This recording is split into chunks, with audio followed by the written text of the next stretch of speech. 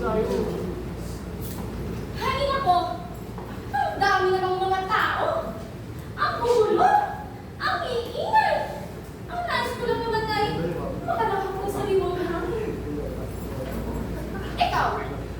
Kayo mga hampas lupang inyo! Hindi ba kayo magbibigay galang sa akin?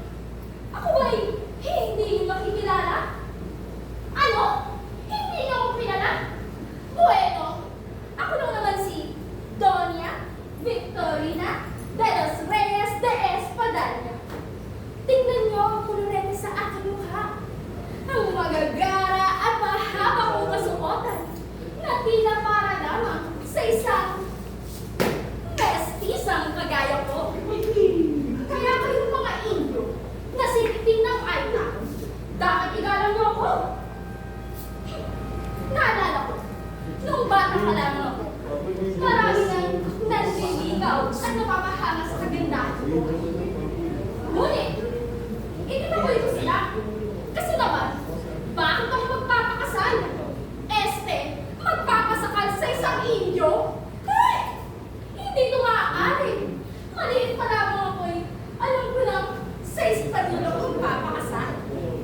At heto, ang dream boy ko. Si Don Tiburcio de Espadanya. At ano niyo ba? Isang araw, napadaan kami sa bahay ng isang alcares. At nagkataon na nandun niyang Doña Consolacion na yan. Abay, bigla pa namang sumimangot at tumura sa harapan ko. Tama ba yun? Nakakawalang modo.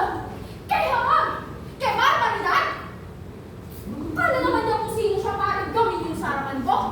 No, si Puende. Hindi siya ang tunay na Doña. Ako ang tunay na dugong Espanyol.